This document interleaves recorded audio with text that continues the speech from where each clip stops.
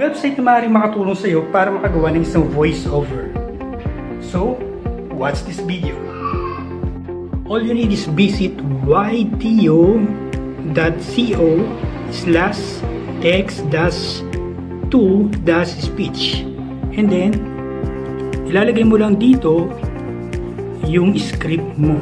Okay? Then after that, you can select voice na gusto mong gamitin. So example is Filipino. Okay, so you can choose Filipino. And then after that, you can click preview.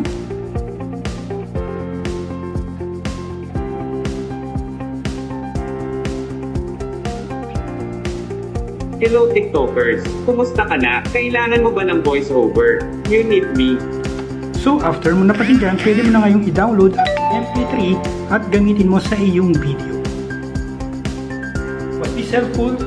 If so, follow me and click the link on my bio. Bye-bye!